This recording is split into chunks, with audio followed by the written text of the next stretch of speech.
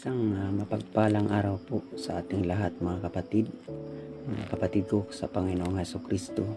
So ako po si Brother Frederick ng Tribes Bicol, at ang devotion po sa araw na ito ay hango po sa aklat ng Isaias chapter 11 verse 2 and 3. Sa verse 2 po, mananahan sa kanya ang espiritu ni Yahweh, ang espiritu ng karunungan at pangunawa, ng mabuting payo at kalakasan, kaalaman at pagsunod at paggalang kay Yahweh. Sa verse 3, kagalakan niya ang sumunod at gumalang kay Yahweh. Hindi siya hahatol ayon sa kanyang nakita o magpapasya batay sa kanyang narinig. Purihin salita ng Panginoon. So, sa verse po na aking binasa ay tinutukoy po dito yung mga tao, yung mga nananatiling sumusunod sa ating Panginoon, yung mga tapat na lingkod ng Panginoon.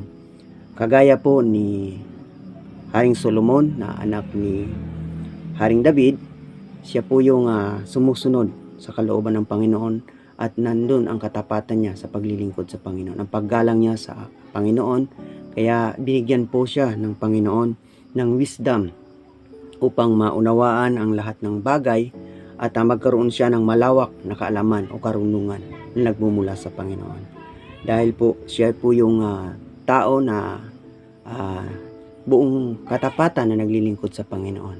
Dahil hiningi niya po sa Panginoon ang lahat ng kanyang kailangan sa kanyang paglilingkod.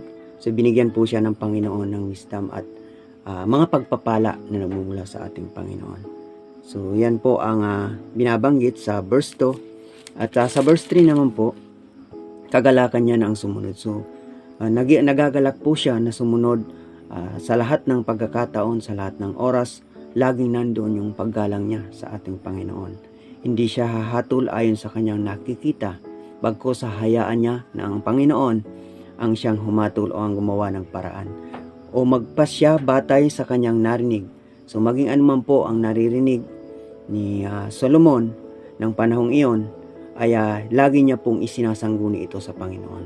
At lagi niyang hinihingi sa Panginoon ang gabay, ang wisdom upang magawa niya ng paraan kung ano ang dapat. Hindi niya inuuna yung kanyang sariling kaisipan o kanyang kaalaman na nanggagaling sa kanya. Bagkus, lagi niya po itong hinihingi sa ating Panginoon. So maging tayo din po bilang isang Kristiyano, bilang isang mga lingkod ng Panginoong Hesukristo, sa ating mga buhay ay dapat po natin na ibigay yung buong katapatan natin na paglilingkod at pagsunod sa ating Panginoon. Yung paggalang natin sa ating Panginoon. Dahil po sa verse na aking binasa, na patutuo lamang po na talagang kapag nananatili tayo sa presensya ng Diyos, kapag nananatili tayong tapat na sumusunod sa Panginoon, ang Panginoon po ay nananatili din po sa atin. So ibig sabihin po, kapag hindi po tayo tapat na naglilingkod sa Panginoon o hindi tayo nananatili sa presensya ng Diyos, so wala sa atin ang Diyos. So kaya mga kapatid, ang verse po na ito ay isang paalala sa atin na wag po tayong hihiwalay sa Panginoon.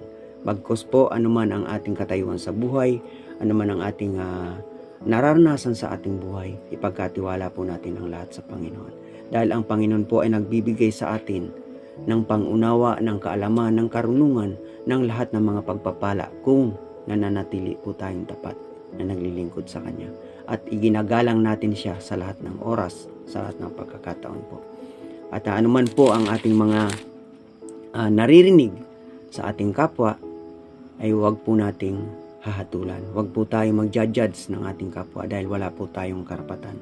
Tanging ang Diyos lang po ang may karapatan na humatol sa ating kapwa. At huwag din po natin na